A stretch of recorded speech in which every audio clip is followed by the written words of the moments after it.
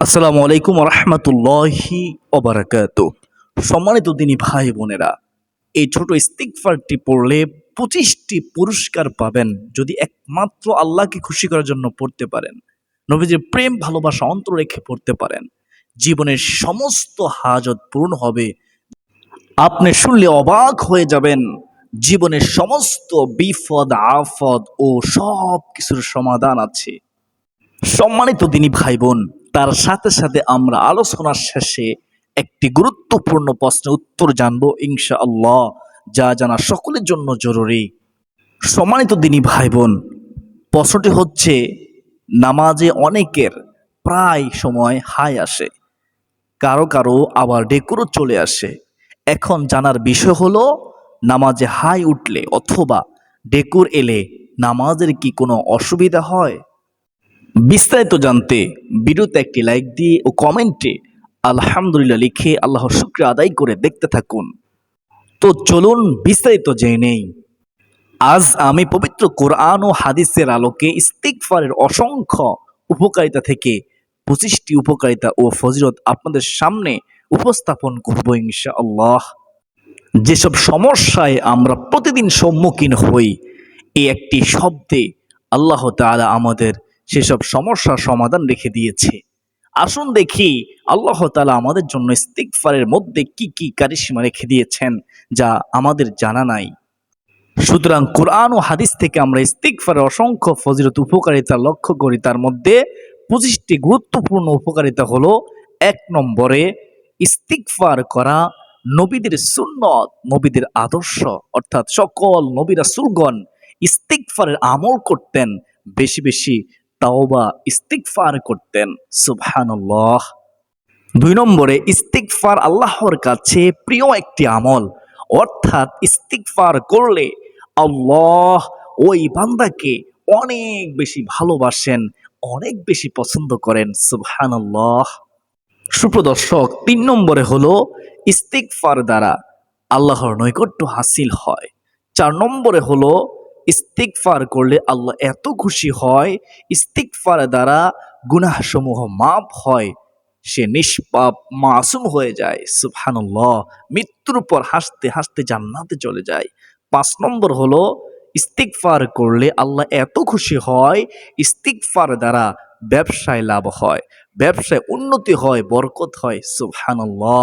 6 নম্বর হলো, ইস্তিগফার দ্বারা মর্যাদা বৃদ্ধি পায়। মহান আল্লাহ রাব্বুল আলামিন মর্যাদা বৃদ্ধি করে দেন, সম্মান ইজ্জত বৃদ্ধি করে দেন। সুবহানাল্লাহ। 7 নম্বর হলো, ইস্তিগফার দ্বারা আল্লাহর রহমত নাজিল হয়। আল্লাহ তাআলার পক্ষ থেকে রহমতের দ্বারা নাজিল হয়। সুবহানাল্লাহ। সহিহ নিয়তে ইস্তিগফার পাঠ করলে আল্লাহ তাআলা করুণা ও দয়া করবেন। দলিল হচ্ছে, কুরআনুল কারীমে সূরা নিসার 110 নং আয়াতে রয়েছে, বিসমিল্লাহির রহমানির রহিম, ওয়ামাই ইয়ামাল সুআন আও ইয়াজলিমু নাফসাহু সুম্মা ইস্তাগফিরুল্লাহা ইয়াজিদিল্লাহা গফুরুর রহিমা। অর্থাৎ, আর যে ব্যক্তি মন্দ কাজ করবে কিংবা নিজের প্রতি জুলুম করবে, তারপর আল্লাহর কাছে ক্ষমা চাইবে, সে আল্লাহকে পাবে ক্ষমাশীল, পরম দয়ালু। সুবহানাল্লাহ। সুপ্রদর্শক, 8 নম্বর হলো, ইস্তিগফার দ্বারা আল্লাহ এত খুশি হয়, ইস্তিগফার করলে আল্লাহ এত ভালোবাসেন, ইস্তিগফার দ্বারা সন্তান সন্ততি যাদের হয় না, মহান আল্লাহ রাব্বুল আলামিন তাদের সন্তান দান করেন, তাদের সন্তান হয়, সলিহিন নেককার সন্তান হয়। সুবহানাল্লাহ। 9 নম্বর হলো, ইস্তিগফার দ্বারা খরা ও অনাবৃষ্টি থেকে মুক্তি পাওয়া যায়। সুবহানাল্লাহ। সুপ্রদর্শক, 10 নম্বর হলো, ইস্তিগফার দ্বারা বাগানে ফসল ভালো হয়। দলিল সূরা নূহ আয়াত হচ্ছে 10 থেকে 12। বিসমিল্লাহির রহমানির রহিম, ফাকুলতু ইস্তাগফিরু রাব্বাকুম ইন্নাহু কানা গফফারা। যার অর্থ হলো, অতঃপর বলেছি, তোমরা তোমাদের পালনকর্তার ক্ষমা প্রার্থনা করো, তিনি অত্যন্ত ক্ষমাশীল। সুবহানাল্লাহ। ক্ষমা চাইলে আল্লাহ তাআলা ক্ষমা করে দেন, ক্ষমা করতে ভালোবাসেন।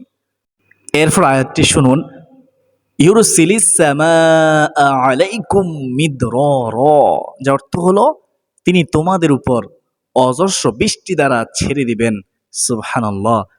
এরপর আয়াতটি শুনুন, ওয়ায়ুমদিদকুম বিআমওয়ালি ওয়া বানিনা ওয়ায়াজআল লাকুম জান্নাতি ওয়ায়াজআল লাকুম আনহারা, যার অর্থ হলো তোমাদের ধন সম্পদ ও সন্তান সন্ততি বাড়িয়ে দিবেন। সুবহানাল্লাহ।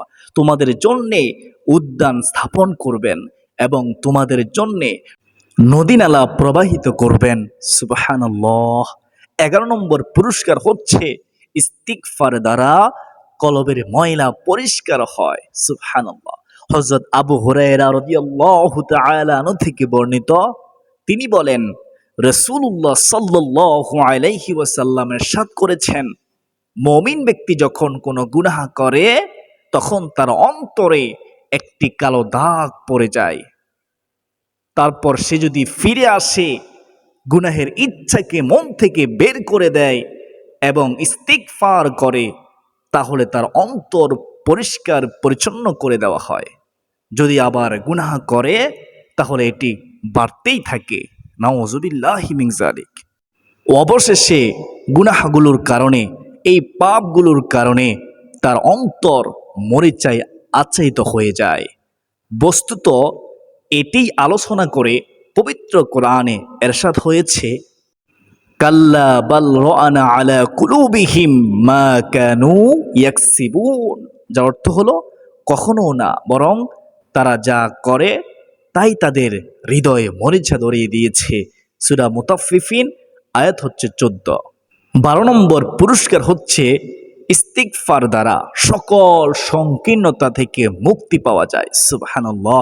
13 নম্বর পুরস্কার হলো ইস্তিগফার দ্বারা দুশ্চিন্তা, হতাশা, পেরেশানি থেকে মুক্তি পাওয়া যায়। মহান আল্লাহ রাব্বুল আলামিন ইস্তিগফারের উসিলায় দূর করে দেন। সুবহানাল্লাহ।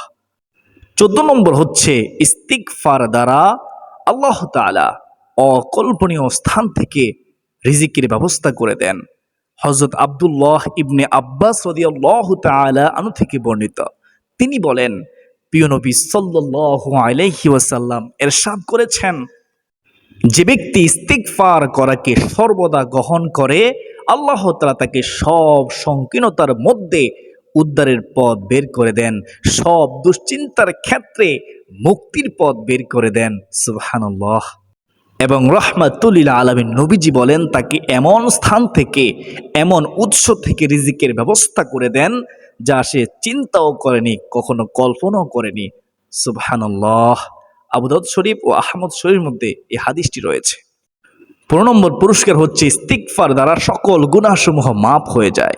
হযরত বিলাল ইবনে ইয়াসার ইবনে জায়েদ রাদিয়াল্লাহু তাআলা আনহু, যিনি ছিলেন প্রিয় নবী সাল্লাল্লাহু আলাইহি ওয়াসাল্লামের আযাদকৃত গোলাম, তিনি থেকে বর্ণিত, তিনি তার বাবা ও দাদা সূত্রে বলেন রাসূল সাল্লাল্লাহু আলাইহি ওয়াসাল্লাম ইরশাদ করেছেন, যে ব্যক্তি পড়ে আস্তাগফিরুল্লাহাল্লাযী লা ইলাহা ইল্লা হুয়াল হাইয়ুল কাইয়্যুম ওয়া আতুবু ইলাইহি, তার সব গুনাহসমূহ ক্ষমা করে দেওয়া হয়, তার সমস্ত গুনাহ মাফ করে দেওয়া হয়, এমনকি ধর্মযুদ্ধ থেকে পলায়নের গুনাহ ক্ষমা করে দেওয়া হয়। সুবহানাল্লাহ।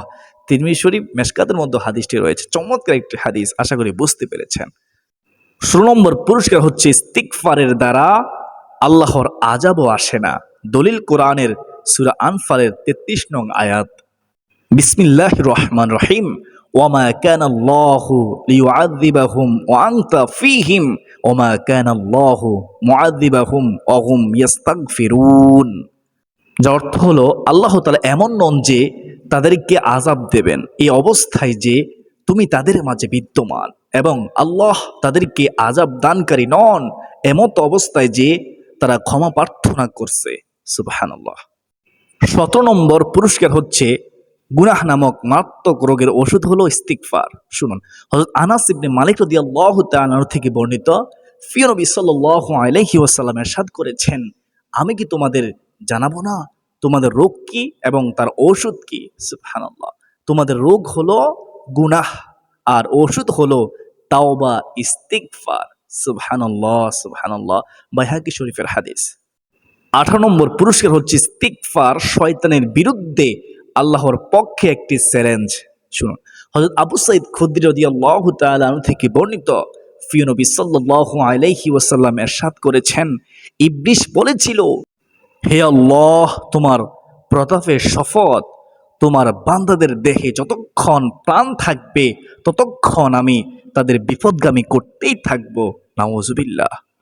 জবাবে আল্লাহ তাআলা বলেছিলেন, মহান আল্লাহ রাব্বুল আলামিন তখন বলেছিলেন, আমার প্রতাপ ও মহিমার শপথ, শুনো হে ইবলিস, তারা যতক্ষণ ক্ষমা চাইতে থাকবে আমি তাদের ততক্ষণ ক্ষমা করতেই থাকবো, তাদেরকে মাফ করতেই থাকবো। সুবহানাল্লাহ। কত সুন্দর একটি চমৎকার একটি হাদিস, আহমদ শরীফের হাদিস। সুপ্রদর্শক, ইস্তিগফার করলে 19 নম্বর পুরস্কার পাবেন, সেটা হচ্ছে হৃদয়ে আল্লাহর ভয় জাগ্রত হয়।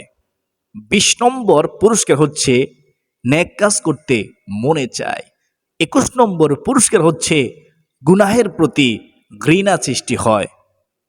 22 নম্বর পুরস্কার হচ্ছে হৃদয়, মন দারুণ উৎফুল্ল প্রফুল্ল থাকে।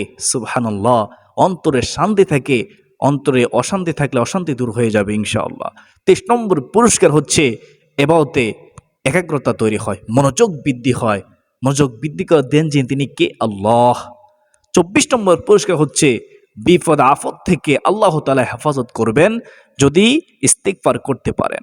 25 নম্বর পুরস্কার হচ্ছে ইস্তিগফার করার পর আল্লাহ তাআলা বান্দার দোয়াও কবুল করেন। ইস্তিগফার করতে করতে সে মুজিবুদ দাওয়া হয়ে যায়, তখন আল্লাহ তাআলার কাছে সে যা চায় আল্লাহ তাকে তাই দান করেন, ফিরিয়ে দেন না। সুবহানাল্লাহ, সুবহানাল্লাহ। আস্তাগফিরুল্লাহ প্রতিদিন পাঠ করুন, তবে পড়ার সময় মনে মনে নিজের গুনাহের জন্য লজ্জিত হন। প্রিয় দর্শক, এটা যেন না হয় জবানে ইস্তিগফার করছেন আর মনে মনে গুনাহের খেয়াল চলছে। হযরত রাবিয়া বসরি রহমতুল্লাহি আলাইহি বলেন, আমরা এমন ধরনের ইস্তিগফার করি যে সেটার উপর ইস্তিগফার করার প্রয়োজন হয়, অর্থাৎ মুখে ইস্তিগফার বা ক্ষমা প্রার্থনা করছি গুনাহ থেকে, কিন্তু মনে মনে গুনাহের খেয়াল করছি, আর এ ধরনের ইস্তিগফারের জন্যও ক্ষমা চাওয়ার প্রয়োজন হয়। সুপ্রদিনী ভাই বোনেরা, ইস্তিগফার করলে তা প্রকৃত অর্থে এবং খালেস অন্তরে করা উচিত, কেননা গুনাহে অটল থেকে তওবা করা, যার অর্থ হলো আল্লাহ তাআলার সঙ্গে ঠাট্টা মশকরা করা ছাড়া আর কিছুই নয়। নাউজুবিল্লাহি মিন যালিক। আল্লাহ তুমি আমাদের বুঝার তৌফিক দান করো, আমিন। সুপ্রদর্শক, ইস্তিগফার কেউ পড়বেন, কয়েকভাবে পড়া যায়, যা হাদিস সময় রয়েছে। 1 নম্বরে আস্তাগফিরুল্লাহ, আস্তাগফিরুল্লাহ এটি পড়তে পারেন, যার অনুবাদ হলো আমি আল্লাহর কাছে ক্ষমা প্রার্থনা করছি। মেশকাত হাদিস নম্বর হচ্ছে 961। এটিও পড়তে পারেন, যার উচ্চারণ হলো আস্তাগফিরুল্লাহাল্লাযী, আস্তাগফিরুল্লাহাল্লাযী লা ইলাহা ইল্লা হুয়াল হাইয়ুল কাইয়্যুম ওয়া আতুবু ইলাইহি। তিরমিজি শরীফ, মেশকাতের মধ্যে এই ইস্তিগফারটি রয়েছে। সুপ্রদর্শক, অথবা এটিও পড়তে পারেন 3 নম্বরে সুবহানাল্লাহি ওয়া বিহামদিহি আস্তাগফিরুল্লাহ, আস্তাগফিরুল্লাহ ওয়া আতুবু ইলাইহি। বুখারী শরীফ ও মুসলিম শরীফের মধ্যে এই ইস্তিগফারটি রয়েছে। 4 নম্বর এটিও পড়তে পারেন আস্তাগফিরুল্লাহ ওয়া আতুবু ইলাইহি। নাসাই শরীফের মধ্যে এই ইস্তিগফারটি রয়েছে। আল্লাহ তাআলা আমাদের সকলকে বেশি বেশি তাওবা ইস্তিগফার করার তৌফিক দান করুন। সকলে বলি আল্লাহুম্মা আমিন। সম্মানিত দিনী ভাই বোন, এখন গুরুত্বপূর্ণ প্রশ্ন উত্তরটি শুনুন। প্রশ্ন উত্তর হলো, নামাজের মধ্যে হাই তোলা বা ডেকুর দেওয়া যদি মুসল্লি ইচ্ছাকৃত না করে থাকে তাহলে নামাজের কোনো ক্ষতি হবে না, নামাজ শুদ্ধ হয়ে যাবে। অনিচ্ছাকৃত ডেকুর এলে কিছু করার নেই, তবে অনিচ্ছাকৃত হাই এলে হাদিসে তার ব্যাপারে বলা হয়েছে, যদি তোমাদের কারো নামাজের মধ্যে হাই আসে তাহলে তা যথাসম্ভব প্রতিহত করো।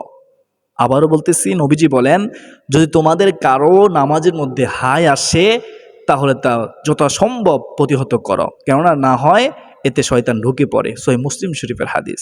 শয়তান ঢুকে যাওয়া দ্বারা উদ্দেশ্য হলো মানুষের মাঝে অলসতা এসে যায়, ক্লান্তিভাব অনুভূত হয় ও কাজে আগ্রহ হারিয়ে ফেলে। তাই হাই এলে প্রতিহত করতে হবে। সর্ব অবস্থায় বাম হাতের ফিট দ্বারা প্রতিহত করবে, তবে মনে রাখবেন সুপ্রতিনি ভাই বোনেরা, নামাজে দাঁড়ানো অবস্থায় হাই এলে ডান হাতের ফিট দ্বারা মুখ বন্ধ করে ফেলবে। কীভাবে করবে? ডান হাতের ফিট দ্বারা মুখ বন্ধ করে রাখবে যখন দাঁড়ানো অবস্থা হাই আসে।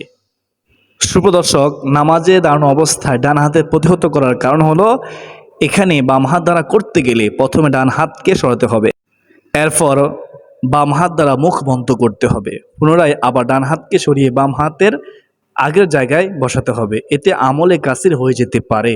সেই কারণে শুধু নামাজে দাঁড়ানো অবস্থায় ডান হাত দ্বারা মুখ বন্ধ করবে, আর দাঁড়ানো অবস্থায় ছাড়া যে কোনো সময় আসলে আপনি বাম হাত দিয়ে মুখ বন্ধ করবেন। আমি আশা করি আপনারা বুঝতে পেরেছেন। আমি আশা করি যেহেতু এই আলোচনাটি অনেক গুরুত্বপূর্ণ ছিল, তাই শেয়ার করে সবাইকে শেখার সুযোগ করে দিবেন ইনশাআল্লাহ। ইসলাম প্রচারে সহযোগিতা করুন, ভিডিওতে একটি লাইক দিয়ে কমেন্টে আল্লাহর শুকরিয়া আদায় করুন, আলহামদুলিল্লাহ লিখুন। আজকের জন্য এ পর্যন্তই। সকলের সুস্বাস্থ্য কামনা করে বিদায় নিচ্ছি। আবার দেখা হবে অন্য কোনো দিন, অন্য কোনো ভিডিও নিয়ে। ওমা আলাইনা ইল্লাল বালাগ। আসসালামু আলাইকুম ওয়া রাহমাতুল্লাহি ওয়া বারাকাতুহু।